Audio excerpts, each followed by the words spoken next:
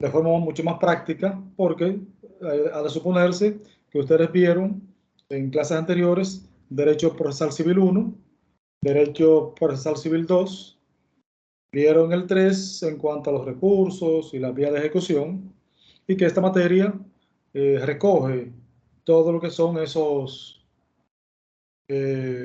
procedimientos. Y que, como hemos dicho, para llevarlo a la práctica, por más que uno quisiere, el tiempo no da para recoger todas esas materias y llevarlo a la práctica. Pero por esta vía, de manera, vamos a decir que un poco teórica, pero tratando de llevarlo en el imaginario a la práctica, hemos estado explicando primero lo que son los procesos. Y con eso iniciaba precisamente una de las exponencias que se hizo en esta ocasión, la que hizo en principio Gabriela. Lo que son los procesos y lo que es el proceso y lo que son los procedimientos. Hemos estado explicando desde un principio esos temas, lo que es la demanda, lo que es la acción en justicia. Desarrollamos de manera, diríamos que explicada lo más extenso posible, que fuera comprensible, cómo se desarrolla, primero, cómo se inicia una demanda en materia civil ordinaria. ¿Cómo se inicia una demanda en materia civil ordinaria? Señores, que esto es del día a día para cualquier persona, cualquier abogado que esté en demandas que a veces son sencillas, porque quizás hay muchos que no se dedican a los asuntos penales, pero sí, por alguna razón, tienen algo qué sé yo, un divorcio, una demanda de partición, cualquier cosa que tenga que ver con acta de estado civil, que no son tan litigiosas, pero todas las demandas se inician de la misma forma en como hemos explicado, porque ese es el procedimiento, sobre todo para primera instancia.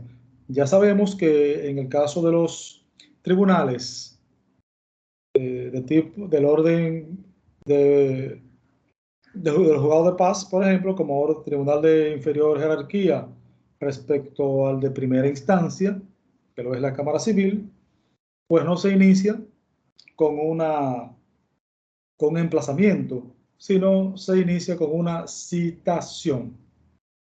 Una citación que se hace necesariamente a fecha fija. Cuando decimos a fecha fija, es que previamente debe tenerse la fecha del tribunal para fijar audiencia. En el caso de los emplazamientos, no necesariamente es de esa forma, porque ya, como hemos dicho, a partir del artículo 59 y posteriormente ya el 61 y siguiente, nos dice cómo es que se hace y de qué manera se demanda ante los tribunales civiles para el derecho común. Fíjense que el derecho común, todas las materias que usted pueda conocer, cuando hay cualquier situación no prevista en ese procedimiento, manda a que sea conocida por el derecho común. El derecho común es precisamente el derecho civil, es el que se conoce comúnmente, porque era el derecho en la antigüedad, del derecho romano, del derecho de los ciudadanos, sobre todo de los ciudadanos romanos. Ese derecho común es al que apelan todas las demás materias cuando dice cualquier situación no prevista en esta ley o en este código será regida por el derecho común. Mandan de una vez a que se tome como punto de referencia, como punto, diríamos, procesal, referencial, el derecho común, que es lo que hemos estado desglosando en el transcurso de este ciclo, y que ustedes con las exposiciones han ido planteando en sus exponencias algunas situaciones que pueden darse, no cuando un procedimiento es llevado normalmente. Fíjense que todo lo que hemos visto a partir de la segunda exposición, que tiene que ver con los incidentes en el proceso civil, es cuando hay problemas, cuando hay incidencias, por eso se llaman incidentes, incidencias que tornan, diríamos que tuercen, que varían, que modifican el curso normal de la instancia. Desglosábamos nosotros en clases anteriores cómo es una instancia normal, cómo se desarrolla posteriormente después que la demanda se inicia, que es con el emplazamiento, que se indica que es la octava franca de ley, que no se cuenta ni el primer día ni el último, que es para que en esos 10 días la parte demandada busque un abogado y lo defienda, ¿verdad? Entonces, que en ese plazo, luego que la parte demandada busca a su abogado, este abogado deberá dar a la parte demandante, al abogado de la parte demandante, notificarle un acto denominado constitución de abogados, que luego que se ha notificado la constitución de abogado por parte del abogado demandado, cualquiera de las partes, transcurrido ya la octava franca, puede solicitar fijación de audiencia, que la fijación de audiencia se hace con una instancia breve, sencilla, ante el tribunal correspondiente, que sería la Cámara Civil, y que esa fijación de audiencia, como decimos, es una instancia, y una instancia es una solicitud, es una petición que se hace al tribunal, en donde, con las generales de las partes, o sea, su descripción, con el nombre de la parte demandante y el abogado que la representa, se dice el tipo de demanda que se está llevando y que se solicita fijación de audiencia. Fíjese, se enuncia el tipo de demanda, el título, para conocer de una demanda en cobro de pesos, o de una demanda en daños y perjuicios, o de una demanda en partición, o de una demanda en divorcio, de negación de paternidad, o impugnación de paternidad, o reclamación de paternidad, cualquier cosa, de las tantas de las que puede ser apoderado una Cámara Civil. Entonces, con esa instancia se fija fecha para audiencia. Ya conocido la fecha de audiencia, el primero que gestione y consiga, obtenga la fecha, pues lo que indica el procedimiento es que deberá notificar a la otra parte un acto llamado acto recordatorio o avenir. Ese acto recordatorio o avenir es un acto también, diríamos, no muy, o sea, muy elaborado, de que tiene que ser algo muy amplio, sino que es un acto que la parte que ha obtenido esa fecha de audiencia debe de notificarle a la otra cuándo es la fecha de audiencia. Por eso se le llama acto recordatorio, es para recordarle cuándo es la fecha de audiencia.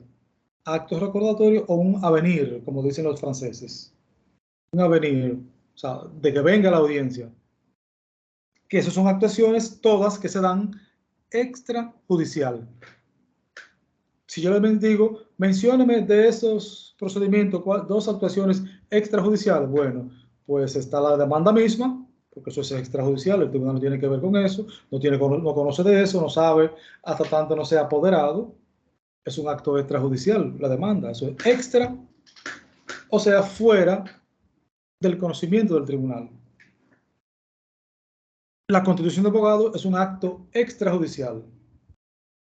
El acto recordatorio va a venir, es un acto extrajudicial. Ahora, de esos tres que yo he mencionado, ¿cuáles de esos son actos que se realizan o que se notifican de abogado a abogado?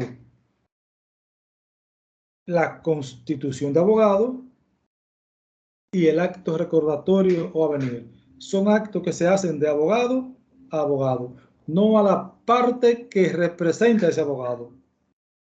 Ningún acto recordatorio indica el procedimiento, ningún acto recordatorio o avenir, ninguna constitución de abogado se le notifica a la parte misma demandante, sino al abogado que lo representa. Ahora, la demanda, que es el acto inicial, recuerden esto que hemos dicho y ya se han hecho preguntas sobre el tema. La demanda, que es el acto inicial, la demanda que le llamamos demanda introductiva de instancia, la demanda, que es el emplazamiento. O sea, fíjense que eso está como el trino, eso está como diría, como el Dios Padre, Hijo y el Espíritu Santo, tres figuras en uno. Es lo mismo para el caso, y disculpen la comparación, en época de Semana Santa, de hacer mención de esa divina Trinidad concebida en ese concilio ecuménico, en el segundo concilio ecuménico realizado en la historia religiosa, y que se reconoció a la divina Trinidad. En el primero se reconoció a Jesucristo como Hijo de Dios, ya lo de la divina Trinidad fue en el segundo concilio ecuménico, y el primero fue en Nicea. Entonces, la demanda, acto introductivo de instancia, acto de emplazamiento, esas tres, para el caso, como usted le llame, es lo mismo, se refieren a lo mismo. Esos son la divina Trinidad. Divino para el abogado que tenga ganancia de causa a posterior, claro. Acto introductivo de instancia, demanda o acto de emplazamiento. Se refiere a ese acto inicial. Ese acto no se puede jamás, pero jamás no ser notificado al abogado que usted cree que es el que representa a la parte. No, eso deberá ser notificado a pena de inadmisibilidad y de que sea declarado inadmisible por ser violatorio al derecho de defensa, será notificado a la parte misma demandada, sea en su persona o sea en su domicilio. Oigan, o en su persona o en su domicilio. Tanto para la materia normal, común y corriente del juzgado de paz, que es una citación, como el propio emplazamiento o demanda introductiva de instancia que contiene la demanda, no se le puede notificar al abogado, porque el abogado no es el demandado. Se notificará según el artículo 1 del Código de Procedimiento Civil y según el artículo 59 del Código de Procedimiento Civil, el 1, y a partir de ahí, el 1 ya posteriormente al 14, a partir de ahí, de donde se refiere a la notificación, a la parte misma demandada, persona o domicilio. En el artículo 59 dice cómo se emplaza persona y domicilio en la materia que conoce el juzgado de primera instancia, que es la Cámara Civil. Imaginemos que se está llevando un caso, como ha pasado, de un tipo de demanda, imaginemos que de partición de bienes. Le estoy poniendo casos reales que se han dado. Una demanda en partición de bienes. Fulana de tal, o fulanita, ¿verdad? Que era esposa de fulano, esos dos sultanos se divorciaron y ya están divorciados. Miren, durante su matrimonio no procrearon, sino fomentaron. Procrear se refiere a los hijos. Ahora, fomentaron bienes y obtuvieron o bienes gananciales, como le llaman en países de América del Sur. Tienen bienes gananciales o obtuvieron bienes gananciales durante esa unión matrimonial. Muy bien. Demandan en partición. Se hace la demanda y el procedimiento que hemos estado explicando. Se notifica una parte a la otra, la parte demandante, a través de su abogado y con el alguacil, notifican al demandado o a la demandada en su persona o en su domicilio, porque puede hacer que vayan a su domicilio y no esté ahí, lo reciba el hermano, lo reciba la mamá, lo reciba quien viva ahí. Muy bien. Se está llevando la demanda en partición. Resulta que, como se da muchas veces, el que era el esposo se ha quedado con ciertos bienes, lo ha estado administrando, bienes que pertenecían o pertenecen a la comunidad legal aún indivisa, y que lo está vendiendo, lo está malversando, lo está administrando su antojo y no está rindiendo cuenta. A fin de que esos bienes, imaginemos que hayan negocios, empresa, lo que sea, que esos bienes, como él está produciendo y haciendo, ¿verdad?, malabares con ellos, según la otra parte, quieren que el tribunal designe un administrador judicial a fin de que administre los bienes mientras dure la partición y que le rinda cuenta a ambas partes. Ese administrador se usa para ello, como es una demanda de manera rápida, no se puede solicitar en el curso de la demanda en partición, porque eso no es un tipo de acción que se ordena como medida de instrucción, porque no son de las medidas de instrucción que explicábamos que están contenidas en la ley 834. Ni es comparecencia de partes, ni es informativo testimonial, ni es un informe de perito, ni es una inspección del lugar, nada de eso, sino que se coloque esos bienes en manos de un tercero para que lo administre y que posteriormente éste rinda cuentas a ellos hasta que se haga la partición. El tribunal está apoderado de la demanda en partición, pero para que se designe a ese tercero que pretende la parte que lo estás peticionando, debe demandar utilizando la figura que vamos a ver hoy del referimiento,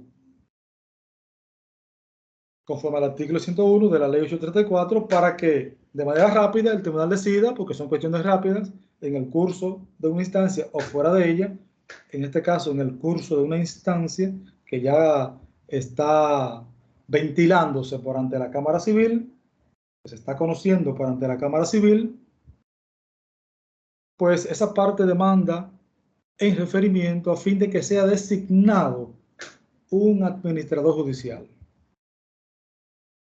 Resulta,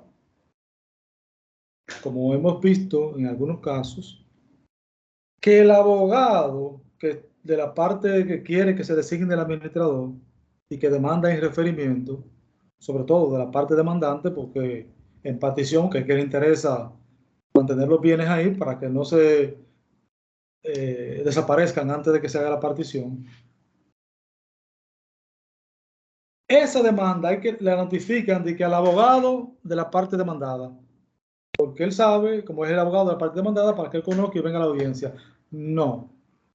Esa es una demanda distinta, la del referimiento, con un procedimiento distinto a la de la partición. Si bien es para que se designe un administrador judicial para que cuide, administre y rinda cuenta de esos bienes, y que esa demanda tiene que ver, esa designación del administrador judicial tiene que ver con la demanda de partición, pero son dos demandas distintas. Y como es una demanda distinta, la notificación no se le hace al abogado. De que un acto de abogado a abogado, no. Hay que hacerla al propio demandado. Si se hace al abogado de la otra parte, es porque el abogado no es el demandado es sea él o sea ella, es la otra parte, o es la parte a quien representa el abogado. Entonces, esa demanda hay que notificarla otra vez, sea a persona o sea a domicilio, independientemente que se esté llevando la demanda en partición y se sepa quién es el abogado de él. Muy bien, se sabe cuál es el abogado, pero si se notifica esa demanda al abogado, es una demanda que está mal perseguida. Y ahí mismo se cae y hay que volver para atrás otra vez a iniciar ese proceso de nuevo. Entonces, por eso hay que diferenciar, hay que tener ese conocimiento de para qué sirve y cuando conocemos nosotros el procedimiento de notificación de la demanda, que en principio deberá hacerse a la persona o en su domicilio. Y que cuáles son los actos subsiguientes que sí se dan de abogado a abogado. Y que veíamos también, te doy la palabra ahora mismo, Luciani, y que veíamos también a partir de ahí, luego que ya está, vamos a decir así, ligada a la demanda, ya se sabe quién es el demandante, quién es el demandado, se hizo la constitución de abogados, se dio el acto recordatorio a venir y ya vamos para audiencia. Nosotros desglosamos aquí cómo se da una audiencia normal. ¿Qué se hace en la primera audiencia? Se le da la oportunidad primero a las partes para que den sus calidades, a los abogados para que digan y expresen a quién representan. Ya lógicamente, la parte, bueno, vamos a decir que lógicamente, pero a veces se tornan algunos abogados, a veces hasta veteranos en el asunto, se turban, pero el demandante se coloca a la derecha del tribunal, el demandado a la izquierda. Así que está organizado el procedimiento. Demandante a la derecha, demandado a la izquierda. Ya en el proceso penal no lo han colocado en los laterales.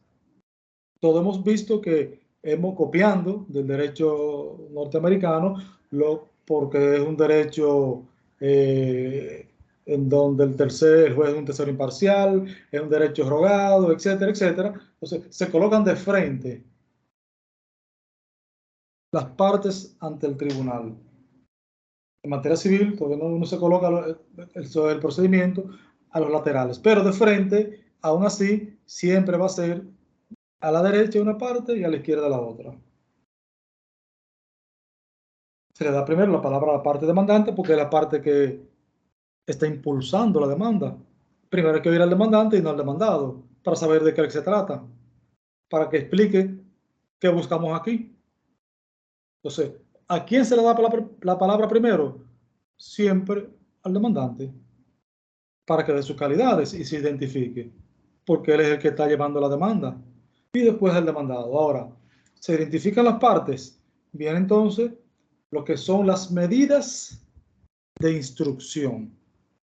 Si las partes no se han comunicado documentos en el curso de la demanda, pues el tribunal, a petición de cualquiera de ellas, va a ordenar la comunicación de documentos entre las partes. Eso es lo más normal, establecido a partir del artículo 49 de la ley 834. Entonces, vemos que esa medida de comunicación de documentos, que es una medida, como dicen los abogados, es una medida de ley, no lo vamos a poner, lógico que está en la ley, es que si las partes no se han comunicado los documentos que pretenden hacer valer para los fines de la instancia, el tribunal lo va a ordenar, así mismo lo establece la ley. Sin ningún rigor, lo ordena y punto, para que las partes entonces ya depositen formalmente en qué se van a sustentar. Recuerden que nuestro derecho es un derecho esencialmente, sobre todo el derecho civil, es un derecho esencialmente literal, escrito, donde en principio dentro de las pruebas tasadas, que a partir del artículo 1341 del Código Civil, se sabe que en principio la prueba por excelencia es la prueba escrita.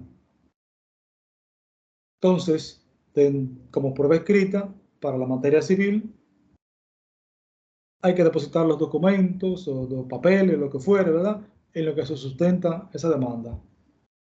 Que otra medida de instrucción para que ese proceso se siga instruyendo, se siga, diríamos que se siga, vamos a decir que accionando, o más que accionando, ejercitando, se siga, borré ahora una palabra sinónimo para el caso de instrucción, la borré rápidamente.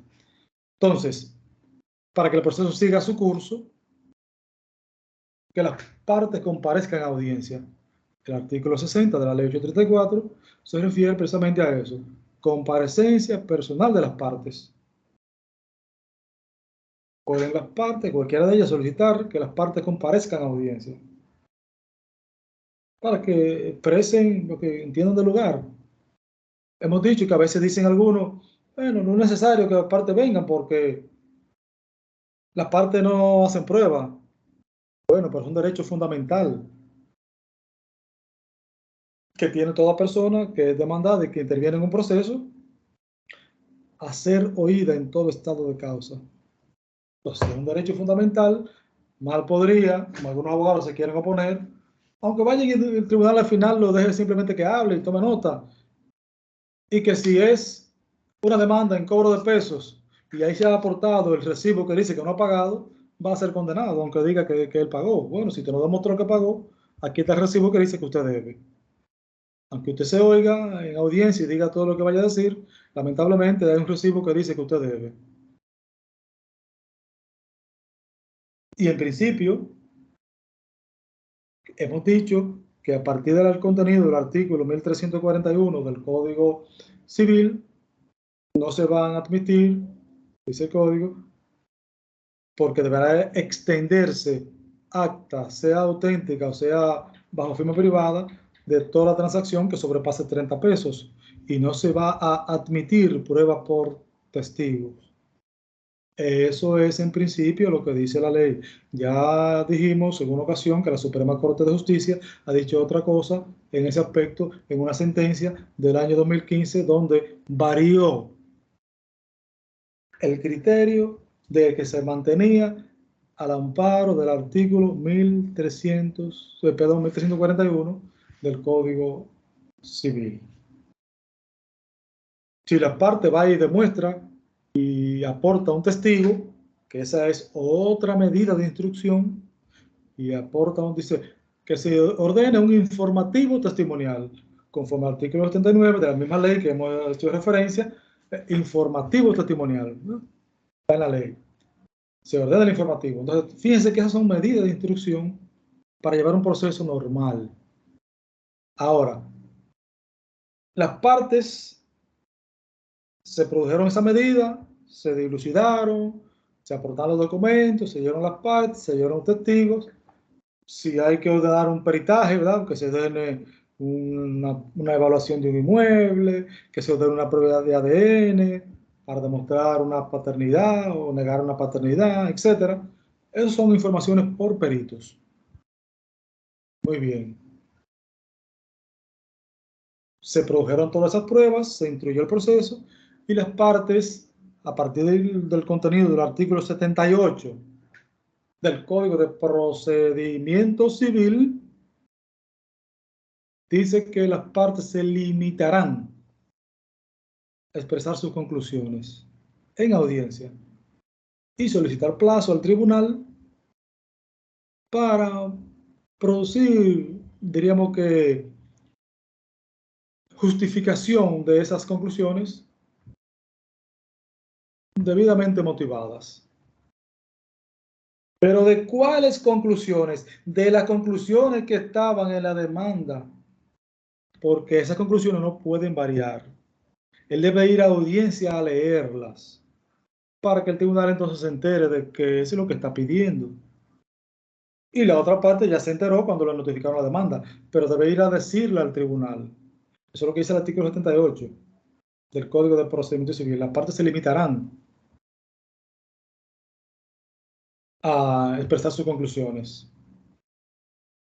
Luego de motivarla y argumentar, concluye. Y ahí queda el proceso en estado de fallo. También nosotros veíamos de que desde un principio, si una parte no va a audiencia, ¿qué es lo que procede? Hablamos de dos tipos de situaciones que se pueden dar y que en ambos casos precede la palabra defecto. Precede en ambos casos la palabra defecto, sea que no va el demandante o sea que no vaya el demandado. Entonces tenemos dos tipos de defecto: defecto por falta de comparecer y defecto por falta de concluir. Si en la primera audiencia el demandado no va, se va a pronunciar el defecto a petición de la parte demandante en su contra. y decimos que es un defecto por falta de comparecer porque se notificó la demanda y él no vino a audiencia. Pero si va y está en audiencia y que no viene es el demandante, entonces se produce un defecto en su contra, pero no por falta de comparecer, sino por falta de concluir. ¿Por qué por falta de concluir? Porque la presunción se supone, se presume, la presunción es que, y así ha sido establecido, que el demandante comparece desde el momento en que lanza la demanda. Entonces, no es lo mismo por falta de comparecer que por falta de concluir. Por hacer que hayan pasado 2 audiencias y no vaya el demandado a una tercera, o que haya pasado una audiencia y que en la segunda no vaya el demandado. O sea, la representación legal del demandado, que es el abogado. Entonces, el abogado del demandante puede, si quiere y entiende del lugar, solicitar el defecto en contra de ese demandante por falta de concluir. ¿Por qué? Porque ya ha estado compareciendo a audiencia. Pero fíjense que esto es el panorama general de una audiencia normal, pura y simple, sin ningún inconveniente de lo que ustedes han estado exponiendo a partir de la posición número 2 de lo que son los incidentes. Porque ya estas cuestiones incidentales, como ustedes han dicho, son cuestiones muy técnicas que hay que saberlas diferenciar para saberlas cuándo plantearlas. Cuándo plantear las excepciones, cuándo plantear las inadmisiones. Las excepciones, que son más que las inadmisiones, y por eso, a partir del artículo 1, es que comienza la ley 834, como dijo un juez de una sentencia de la Suprema Corte de Justicia, la ley 834 de verano del 78, oigan, muy poético, de verano del 78. Quiere decir que en el año 1978, como es del 15 de julio, estamos en verano. Y ellos pusieron así en la sentencia, la ley 834 de verano del 78.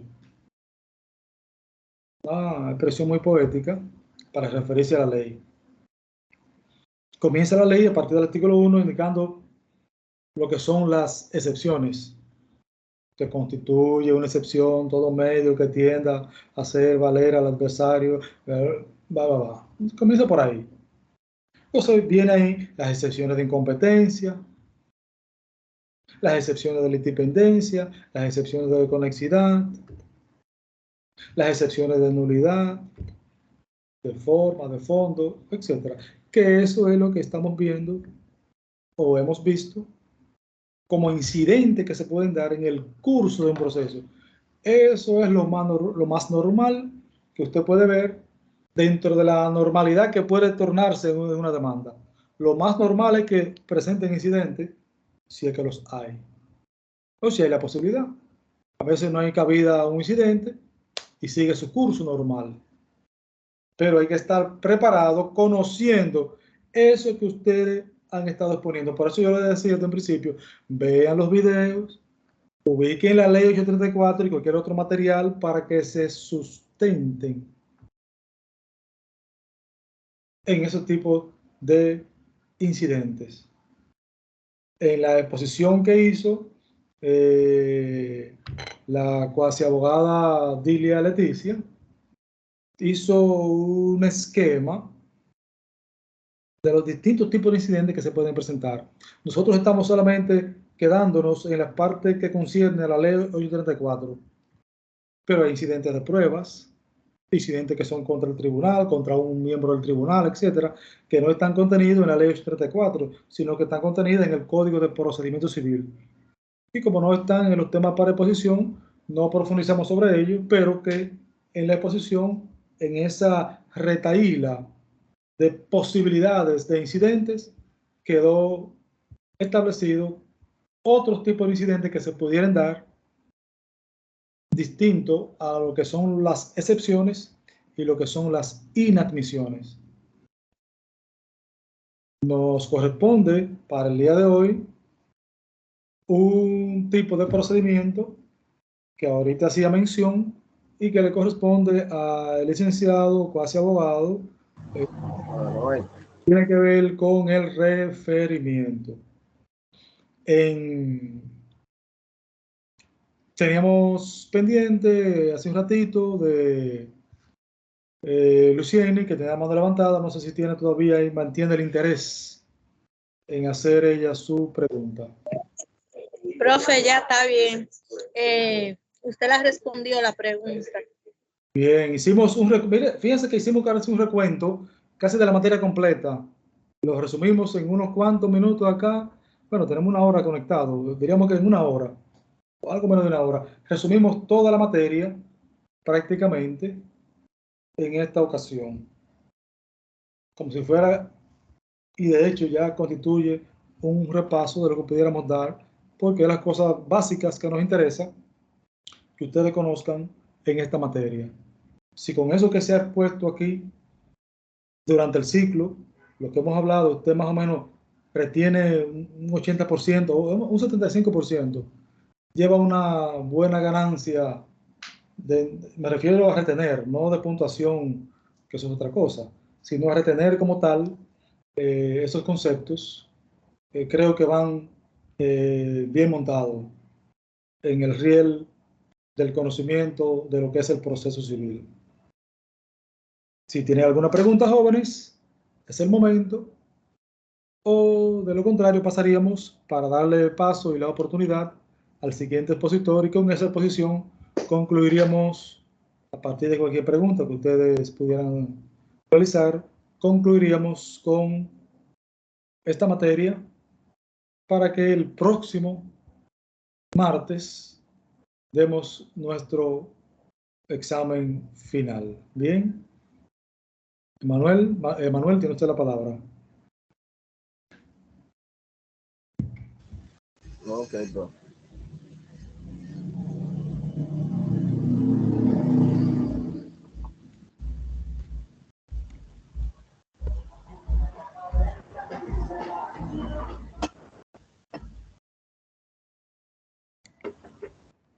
Me deja saber, profe, si se puede visualizar. Sí, estamos viendo.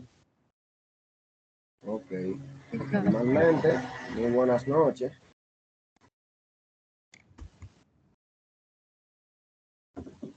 Yo soy, este es el grupo número 7, que está compuesto por Manuel Alexander Pérez, quien les habla, quien estará hablando del tema el referimiento. Les voy a hacer un breve encuentro sobre lo que pude dar anotes o apuntes a lo que fue el video sobre el referimiento. Según nos dice el profesor José Benjamín Rodríguez Campos, nos habló, pude ver que él mismo, profesor, dice que la definición de referimiento lo establece la ley 834 en su artículo 101. Nos dice que la ordenanza de referimiento es una decisión provisional rendida a solicitud de una parte, la otra presente o citada, en los casos en que la ley confiere a un juez que no está apoderado de lo principal, el poder de ordenar inmediatamente las medidas necesarias. También les voy a hablar sobre la historia del referimiento, donde el profesor José Benjamín Rodríguez Campos mencionaba que el referimiento es una institución netamente francesa que surge de la ordenanza del Castillo de París, que ocurría más o menos en el siglo XVII, donde él decía que había un juez que se colocaba en un día determinado en el Castillo de París para ordenar medidas provisionales en los casos de urgencia, y de ahí eso fue trasplantado en el Código de Procedimiento Civil, en sus artículos 806 y siguientes. En 1884 fue traducido al español y adoptado y localizado como Ley de la República Dominicana. según lo establece en la ley 834 del artículo 101 al 112 y los artículos 135 y siguientes. También mencionó el profesor el punto de vista de la evolución histórica de la legislación dominicana llega a nosotros producto de la Reforma Francesa de 1972 y luego definida en la promulgación del nuevo Código de Procedimiento francés a partir del 1976. Según el profesor mencionaba que el artículo 101 de la ley 834 es traducido del artículo 484 del nuevo Código francés de procedimiento civil francés en el año 1978. En este caso, no se percataron de que había que hacer distinción que por supuesto no se hizo. Resulta que en Francia el equivalente de los tribunales de primera instancia, ¿qué pasa? Que en Francia los tribunales llamados grandes instances son colegiados. Entonces ocurre que en Francia el fondo de los asuntos lo conoce la formación colegiada del tribunal, mientras los referimientos lo conoce el presidente del tribunal.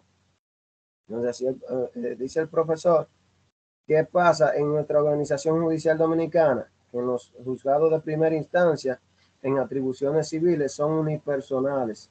Ahí es donde hay una situación extraña, el cual el tribunal competente para conocer de los referimientos es el de la Cámara Civil y Comercial, y el mismo también es competente para conocer del fondo. Dice el profesor que esta fue una de las dificultades que de inmediato tuvo que solucionar la jurisprudencia después que se promulgó la ley 834. La jurisprudencia en una fecha temprana, en el año 1882, 1883, tuvo que pronunciarse diciendo que realmente se trata de una traducción literal del artículo 484 del nuevo Código de Procedimiento Civil francés, pero aquí no se puede aplicar tal cual. La conclusión que tomó la jurisprudencia dominicana fue que el juez de los referimientos es al mismo tiempo el juez de fondo. Es decir, no se aplica eso de que se trata de un juez que no se ha apoderado de lo principal. Mencionó también que después del año 2000 se promulgó la ley 50-2000, la cual creó las presidencias civiles en los distritos judiciales de Santiago y del Distrito Nacional, y luego en la provincia de Santo Domingo, en la cual existe un presidente de la Cámara Civil y jueces de salas. ¿Qué ocurre entonces ahí? En esos casos, sí, él decía que ¿qué ocurre entonces ahí? En esos casos, sí se aplica el texto tal cual. ¿Por qué? Porque el juez que conoce del referimiento es uno diferente al que está apoderado del fondo, el presidente de la Cámara Civil. También mencionó qué pasa en los otros distritos judiciales. Él decía que sencillamente sigue la situación anómala, que el mismo juez que está apoderado del fondo es el mismo que conoce del referimiento. También les voy a hablar sobre la tipología del referimiento.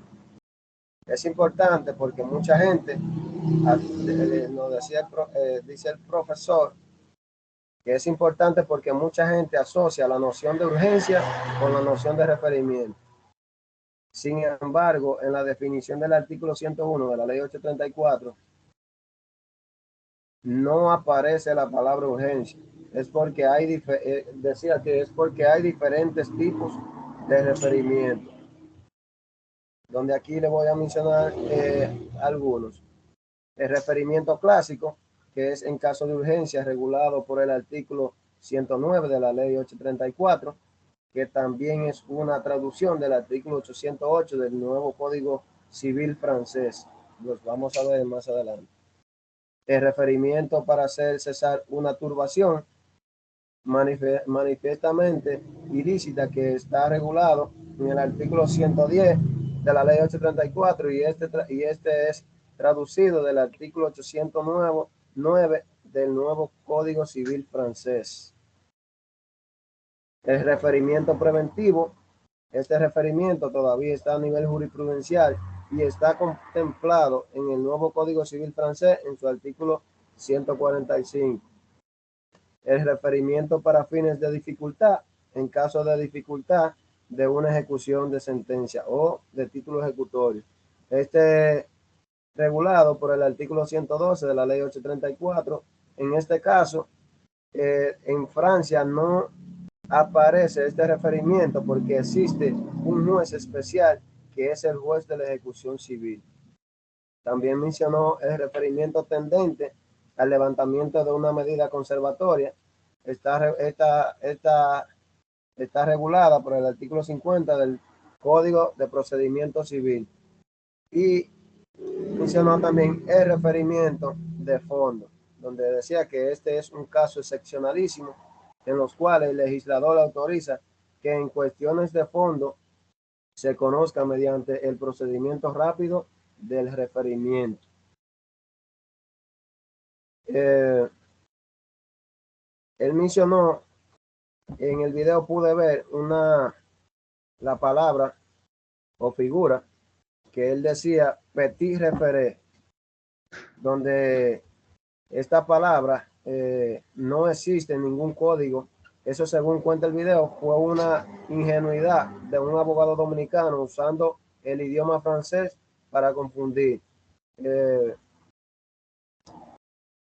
Pude buscar la palabra petit referé, donde esta figura consiste en suspender los efectos de un título ejecutorio provisionalmente en el curso de una demanda en referimiento, hasta tanto el referimiento sea decidido. También el lema es que si realmente hay urgencia, pues el juez de los referimientos tiene que ordenar la medida ahí mismo, simple y llanamente. De hecho, el juez de los referimientos tiene atribuciones para el caso de extrema urgencia, hasta de celebrar audiencia en su casa con las puertas abiertas, si la situación de urgencia lo amerita, incluyendo los días feriados o días de fiestas legales. También les voy a hablar sobre las características en sentido genérico de referimiento, según mencionaba el profesor.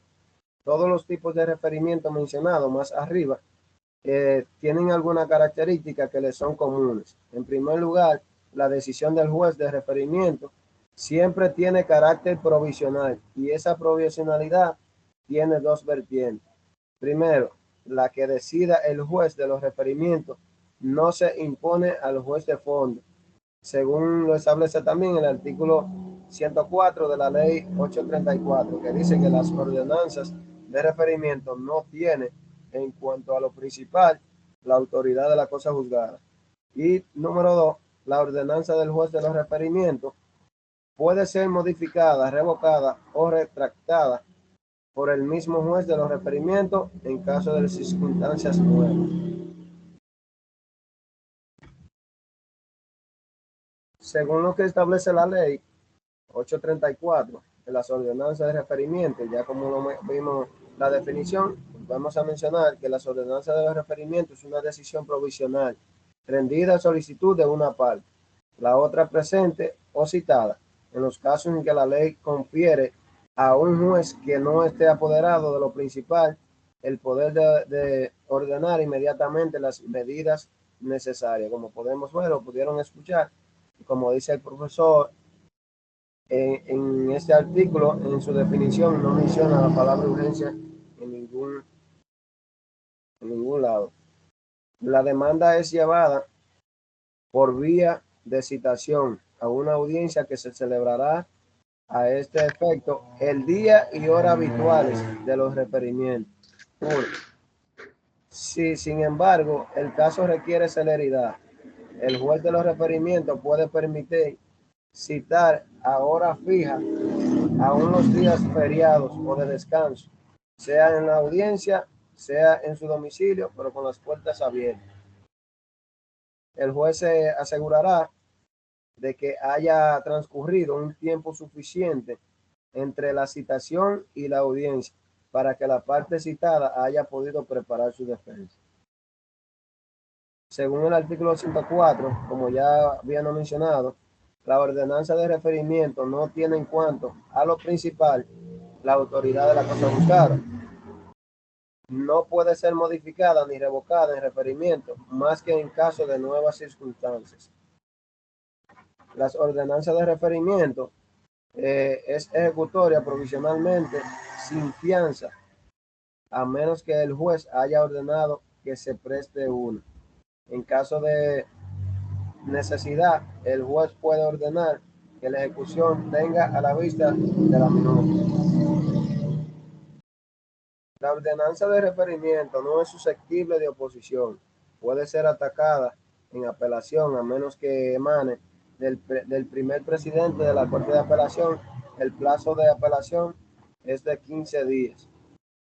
El juez extrayendo en referimiento puede pronunciar condenaciones a extremos, puede liquidarlas a título provisional, estatuye sobre las cosas.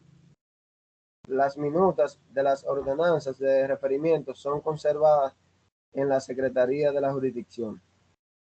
También les voy a hablar sobre los poderes del presidente.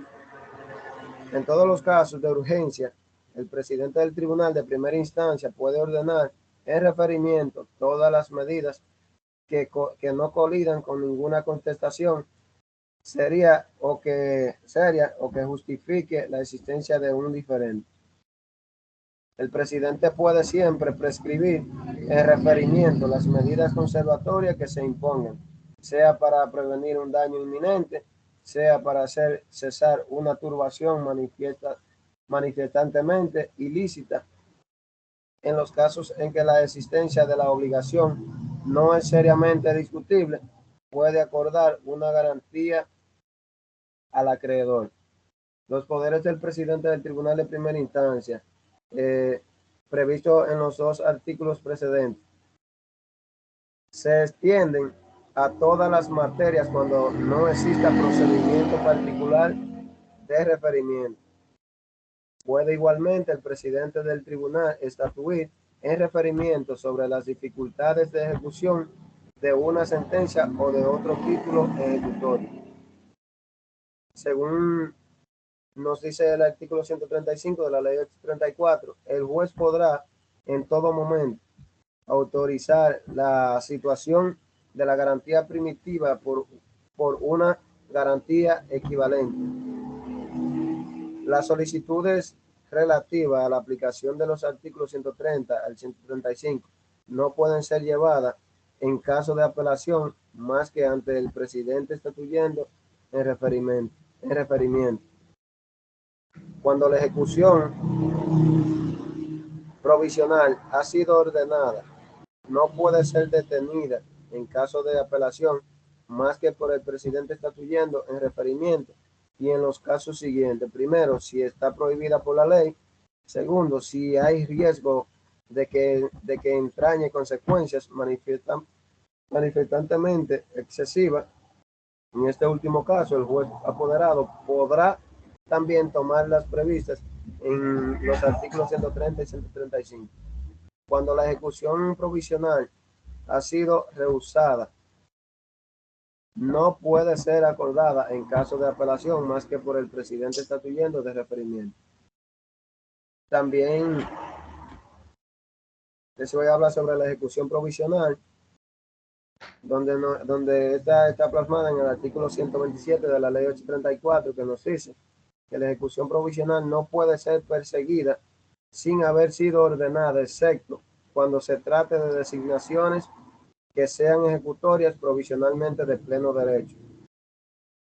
Son particularmente ejecutorias de derecho a título provisional las ordenanzas de referimiento y las decisiones que prescriben medidas provisionales para el curso de la instancia, así como las que ordenan medidas conservatorias. También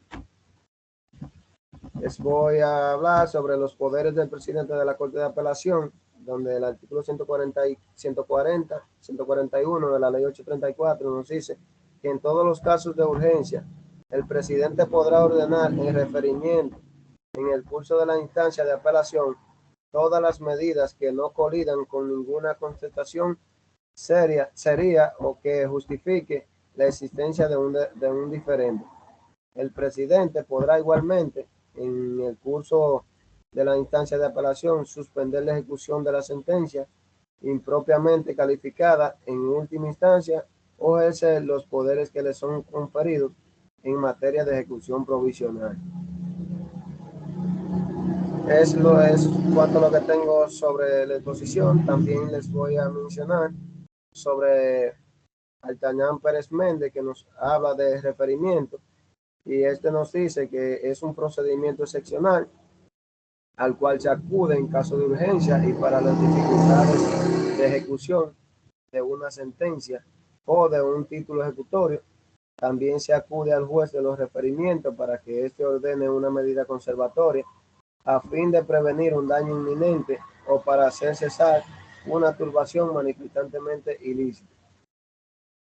Altañán Pérez Méndez nos dice que la demanda, el procedimiento de referimiento es contradictorio, ya que el adversario debe ser citado. La demanda se introduce por medio de citación, como ya fue mencionada, a fin de que el demandado comparezca a la audiencia, que habrá de celebrarse a efecto el día y hora habitual de los referimientos.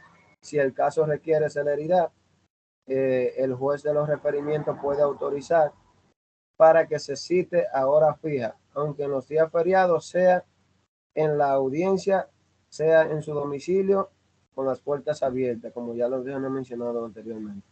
El demandante previamente debe averiguar cuál es la hora y el día habitual de los referimientos. Los jueces de primera instancia deben fijar el día de los referimientos por un auto que dictan cada año. Aquí Altañán Pérez Méndez menciona que muchos tribunales nuestros lo quieren fijar el día habitual, sino que prefieren que se les haga una solicitud previa, lo cual es contradictorio a los hechos legales. Solamente en caso de citación a hora fija, se le debe pedir al juez la autorización para ejercer la demanda. Es todo de mi parte, profe. Muchas gracias por su atención. Bien, gracias a Manuel Alexander por su ponencia a lo que es el referimiento. Entendemos que tú comenzaste, yo me quedé esperando, que comenzaste diciendo que este es el grupo, número tanto.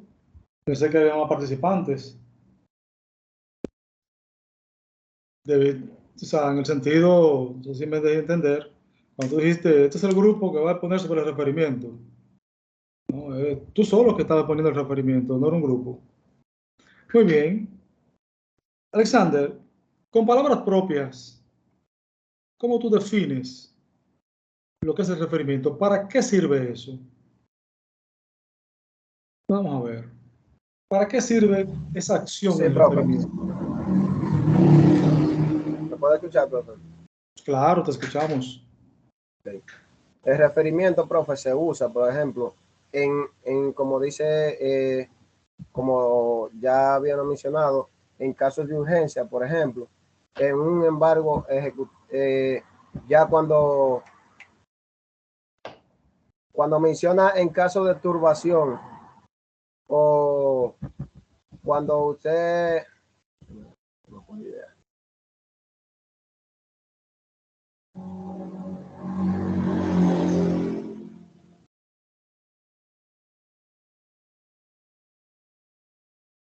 ¿cómo usted, profe? Excúseme. Por ejemplo, profe, con palabras propias, el referimiento dice, en caso de urgencia o para hacer cesar una turbación manifiestamente ilícita, a partir de ahí, sí. Esa es una de las medidas, si bien tú hablabas ahorita de que el referimiento, por lo que dice el profesor que aparece en el video, que es un abogado y que es juez, que aparece en ese video, él es juez, aparte de los abogados que están ahí, ¿verdad? Los conductores del programa, el que aparece en ese programa hablando del referimiento, él es juez. De quien está hablando ahí, y yo de hecho sé quién es. Entonces, no es que el referimiento no es para cuestiones de urgencia, o sea, es que no es solamente para eso, porque hay otros tipos de referimientos. Otro tipo de referimientos y que todos comienzan a partir del artículo, el referimiento como tal del artículo 101 de la ley 834. Entonces, el referimiento en principio es que en caso de que se presente una urgencia para hacer cesar, por ejemplo, una turbación manifiestamente ilícita, imaginemos que de un derecho, porque hay gente que se metieron a una tierra, a una finca, y la están ocupando, y quizás se van por lo civil para indicar que esos son ocupantes ilegales, para indicar que alguien está usurpando algo. Hay una urgencia. Para prevenir un daño inminente, en caso de, como decíamos, de una turbación manifiestamente ilícita, para prevenir el daño inminente, pues el referimiento que se va a conocer como un procedimiento rápido, sencillo frente a lo que es la demanda principal, pues se acude a él en donde todas las cámaras civiles están facultadas en principio para conocer de los referimientos. Como decías tú, que a partir del contenido del artículo 101 y que eso fue lo concebido en Francia, porque en Francia, como esto es un procedimiento que viene del derecho francés y que se remonta para el año 1700 y tanto en Francia, en donde decían las ordenanzas de Courbet. Ese era el juez, uno de los jueces que se hizo famoso para la época y que era de lo que de alguna forma inspiró esta figura del referimiento, en donde dictaba medidas provisionales en el curso de un proceso que se estuviera llevando. Lógico. Hoy en día, o desde que lo concebimos, y en Francia, el referimiento, y por las definiciones como tal, o los distintos tipos de referimiento, se puede conocer el referimiento en el curso de instancia o fuera de instancia. O sea, ¿qué quiere decir esto? Mientras se está llevando un proceso para designar, como el ejemplo que colocábamos ahorita, de una demanda en partición, para designar un secuestrero judicial, se acude al referimiento. ¿Por qué? Porque hay urgencia. Ahí hay urgencia porque si esos bienes no se le administran correctamente, ese que lo está usando puede hacer un dispendio de ellos en perjuicio de la otra parte. O sea, ahí se presenta una urgencia para que se designe un administrador judicial. Entonces se dice que es un referimiento en caso, en curso de instancia. ¿Por qué? Porque hay un proceso que se está llevando a cabo, que es la partición, y que se está solicitando, se está peticionando al tribunal que en materia de referimiento, como es algo provisional, designe un administrador o secretario judicial para que administre esos bienes hasta tanto se conozca la partición. Entonces, como decías tú en tu ponencia, y así lo decía el profesor, y de hecho es el contenido en esencia del artículo, a partir del artículo 101, es de un juez que no esté apoderado de lo principal. Un juez que no esté apoderado de lo principal en Francia, tal y como tú habías indicado en la parte histórica, en Francia, los tribunales de primera instancia son colegiados. Aquí nos estrenamos con tribunales colegiados en primera instancia con el Código Procesal Penal y la creación del tribunal colegiado, porque son tres. Ya todo lo demás en primera instancia son unipersonales. Aquí, cuando se hizo esa adecuación y traducción para el año 1884 del Código Civil, y del Código de Procedimiento Civil para la misma época, se adoptó esa figura jurídica, el artículo 802 y siguiente, 801 y siguiente creo, se adoptó esa figura jurídica y se quedó con esa, diríamos que traducción. Ahora, cuando se vota en el 1972 una modificación al Código de Procedimiento Civil que después se convierte ya y se modifica el Código de Procedimiento Civil en Francia. Esa ley para el año 72 francés se tomó como modelo y ya la modificación, cuando se hizo la modificación al Código de Procedimiento Civil francés, esa ley se tomó como modelo y aquí en el año 1978 se adoptó la ley 834, en donde esa figura jurídica se trae aquí modificada otra vez, pero ya estaba en el Código de Procedimiento Civil y se lleva esa figura jurídica a la ley 834 con algunas modificaciones. ¿Cuáles modificaciones? Las que se hicieron en Francia. Pero sigue en esa tesitura todavía el legislador manteniendo de un juez que no esté apoderado de lo principal para que conozca el referimiento. Cuando los jueces de Cámara Civil aquí son uno solo, porque son unipersonales. Ahora, lo que pasa es que el juez de primera instancia conoce en materia de referimiento lo que va a conocer. Y el mismo juez de primera instancia conoce como juez ordinario lo que vaya a conocer en las demandas normales. Pero es el mismo juez. Con la diferencia, según lo que tu exponencia, que para el año 2000 se votó la ley 50 y que sirvió para que eso se reordenara, pero esa no era la finalidad nada más, que atañe a lo civil, sino que esa ley 50 también reordenó los tribunales de primera instancia, tanto en el orden penal, el orden civil y el orden laboral, pero sobre todo penal y civil. ¿Por qué? Porque cada una de las cámaras estaban por separado, como cámara civil y comercial. Había la primera, la segunda, la tercera, la cuarta, la quinta, creo que llegaba hasta la octava en Santo Domingo. Así en Santiago, varias cámaras civiles. Y eso ocasionaba ciertos inconvenientes. Cuando en el año 2000 se vota como una iniciativa y también de uno de los jueces, creo que Luis Bonelli, que era juez de instrucción, trabajó en esa ley de Santiago, ya no es juez, pero era juez de instrucción para la época.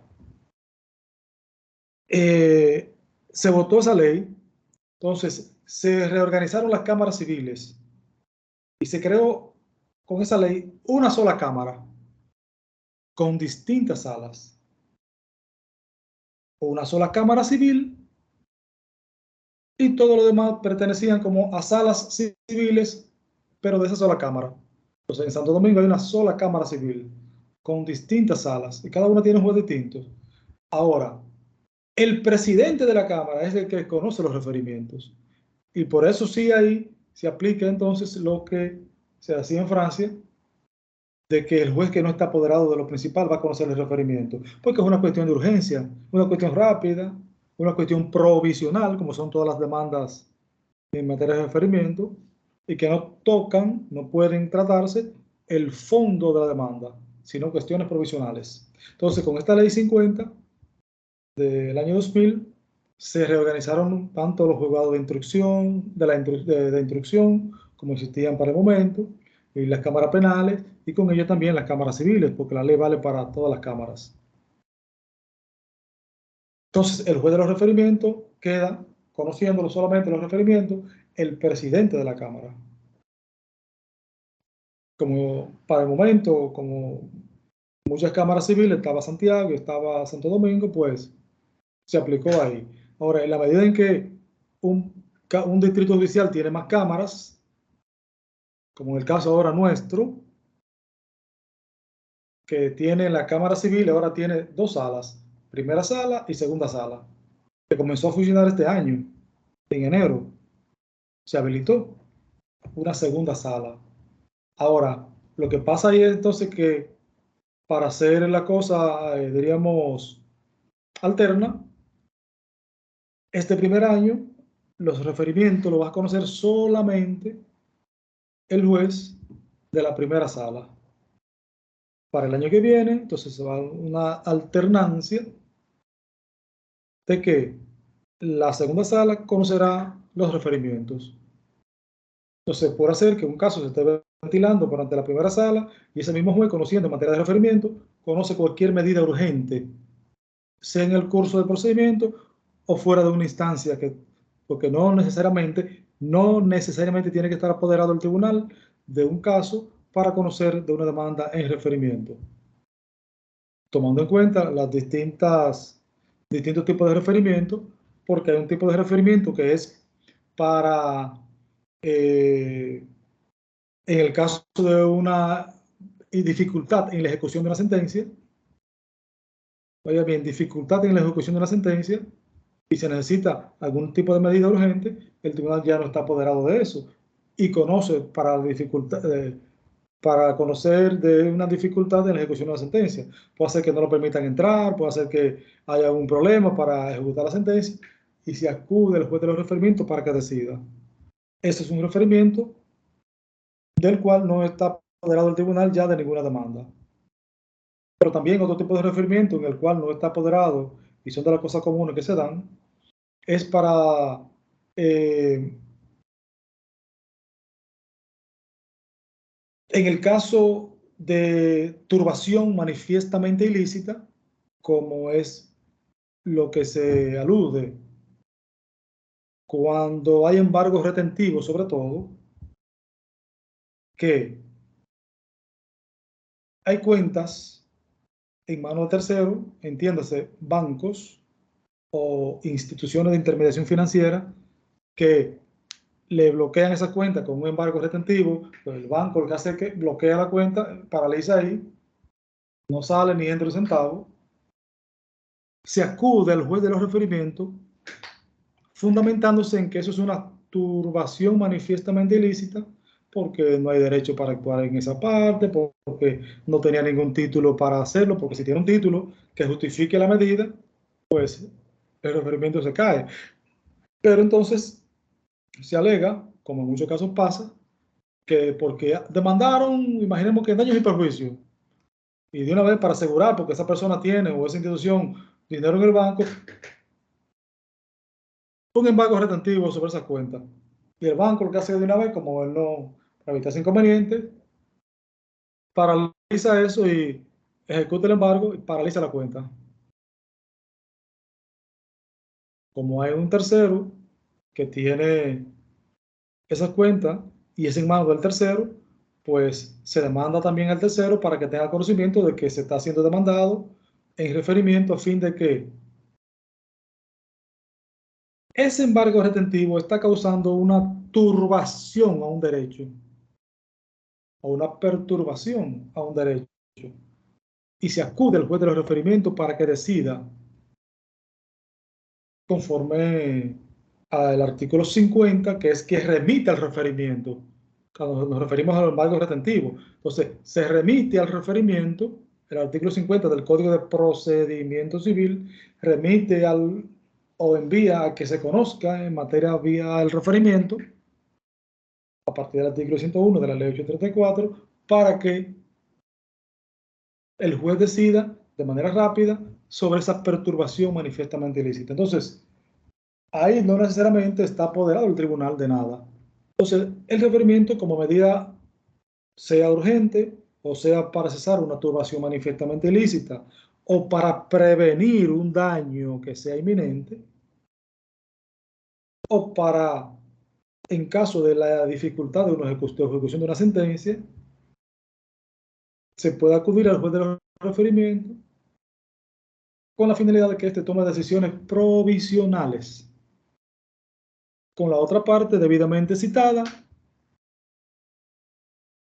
a la misma. Entonces, lo dice debidamente citada.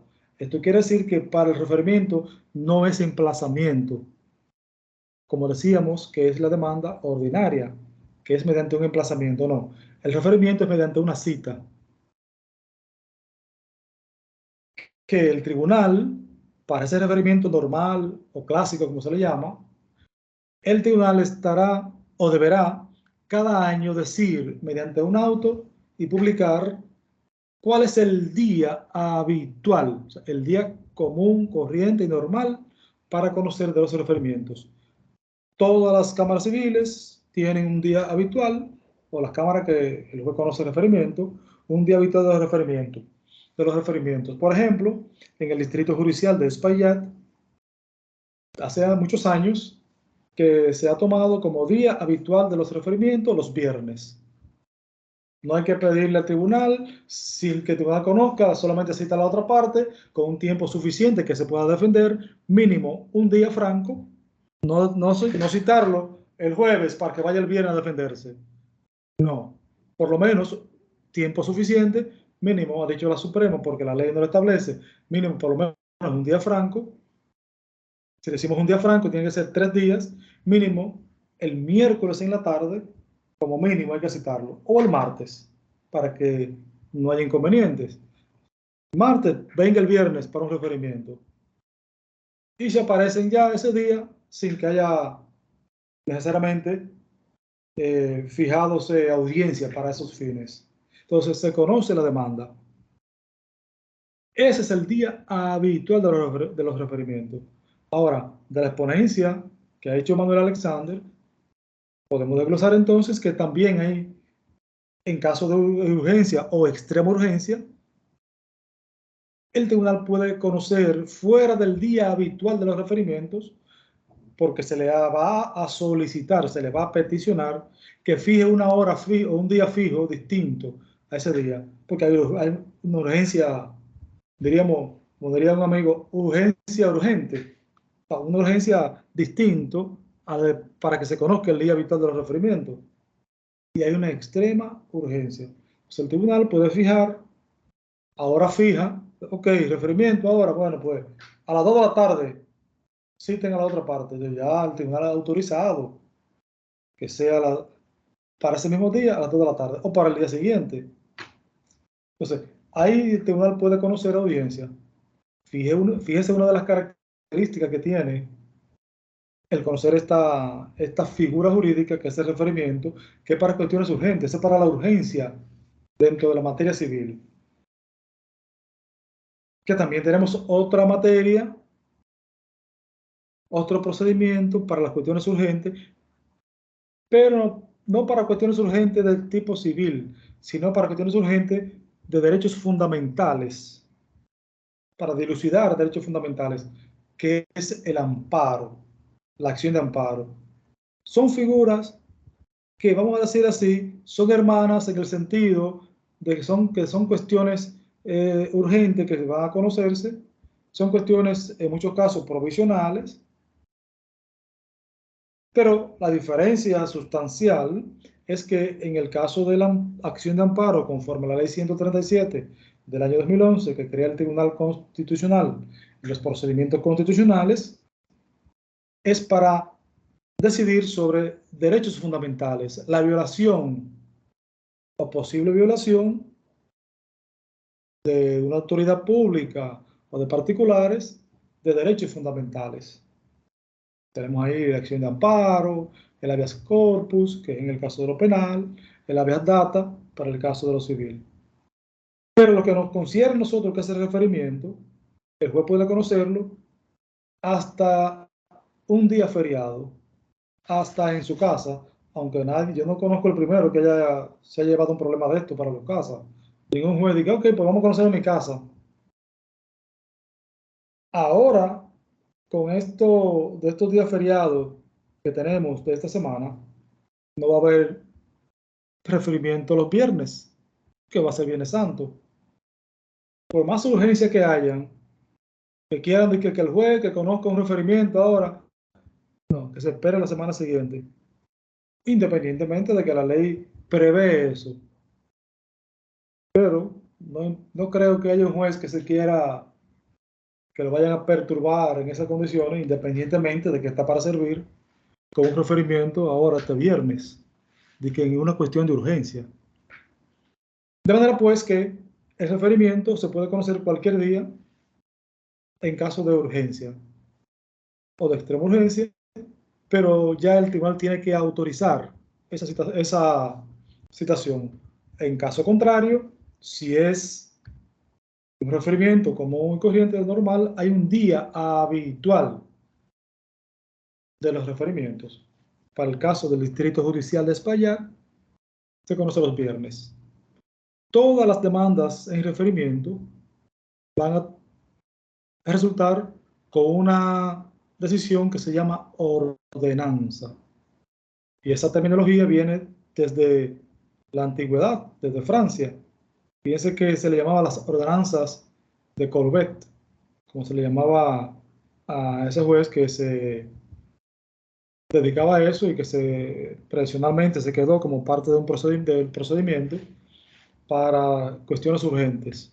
Entonces, la decisión que emana de ahí no se le llama propiamente dicho como sentencia, sino como ordenanza, que tiene siempre un carácter relativo a lo principal, tiene un carácter siempre provisional y que solo pueden ser atacadas en apelación. No hay recurso de oposición. ¿Y cuándo se da la oposición? Cuando el demandado no comparece, puede recurrir en oposición para ponerse esa sentencia, alegando que no fue bien citado, etcétera, lo que fuere. Pero eso es para una demanda normal, no para el referimiento. No está previsto la oposición para el referimiento, pero sí la apelación. Pero ¿quién va a conocer la apelación del referimiento?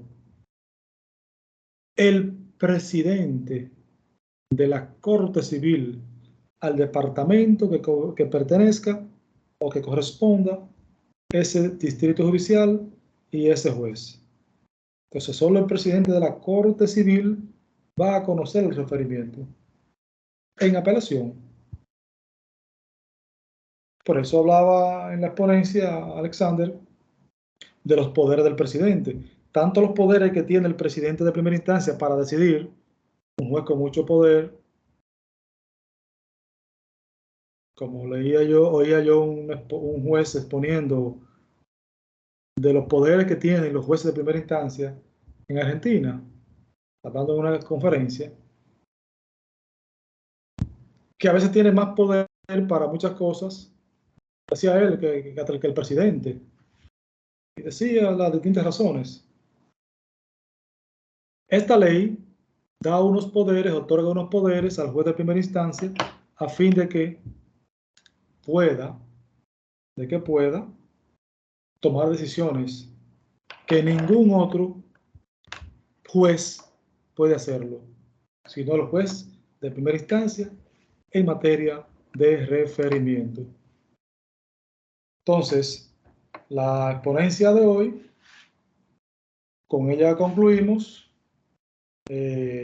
Manuel debe subir la diapositiva, las demás personas no lo hicieron en la ocasión anterior, ni Noemí, ni Ana Victoria, subieron las ponencias, súbanla y el material para que les sirvan los demás de apoyo, súbanla al grupo, que creo que ya se creó el grupo para eso, para fines de que puedan sustentarse o tener un material de apoyo a los demás. Jóvenes, si hay alguna pregunta al expositor, a Manuel, alguna idea, tienen ustedes la palabra. ¿Usted va a decir algo, Noemí? ¿Usted no subió la posición suya, o sí? Sí, profe, para decirle que voy a subir por el grupo el video. Muy bien. ¿Cuál video? Sobre mi exposición, o le envío el tema completo. No, básicamente las diapositivas o el material que tú tenías iba exponiendo o leyendo, lo que fuere, esa parte. El video no es necesario, porque es simplemente el material de apoyo nos referimos. Bien, veo que se salió Graviela o no sé qué cosa aquí del grupo, ahora de la conexión. Entonces, jóvenes, con esta ponencia concluimos las exposiciones, recordando que el valor que le estamos dando es de un parcial para este caso y que ustedes, espero que hayan aprendido, hayan comprendido parte de lo que hemos estado hasta el momento trabajando con ustedes. Si hay alguna pregunta, entonces ya nos restaría el examen final, que sería en la próxima clase. Viendo lo que tenemos hasta el momento, vamos a ver aquí para ver qué valor va a tener el examen final y así desde ahora los vamos indicando. Vamos a ver que tenemos un primer parcial que dimos, un primer parcial y básicamente algo que hubo ahí de que no se llegó a corregir. Tengo que revisar las sopas de letras. Pero veo que hay alguien aquí. Vamos a ver. Ana Iris. Es que Ana Iris no ha participado en los... No, desde un principio Ana Iris no está participando. Ni participó en el primer parcial, ni en la tarea de buscar las palabras. Entonces tenemos un primer parcial de 20 puntos, una tarea de 10 puntos que tengo que revisarla, y ahora 20 puntos más. Tenemos 50 puntos acumulados. Vamos a completar los 50 puntos que faltan, distribuidos en el examen final. Bien, que será el próximo martes. Jóvenes, sin más nada, si no tienen algo que preguntar, nos vemos en la próxima semana y que tengan ustedes feliz resto de la Semana Santa. Gracias, buenas noches. Igual para usted y los... Bien. Gracias, tengan buena fin de Gracias, igual. semana. Bien. Gracias, tengan todos feliz noche. Bien, bye bye. Cuídense.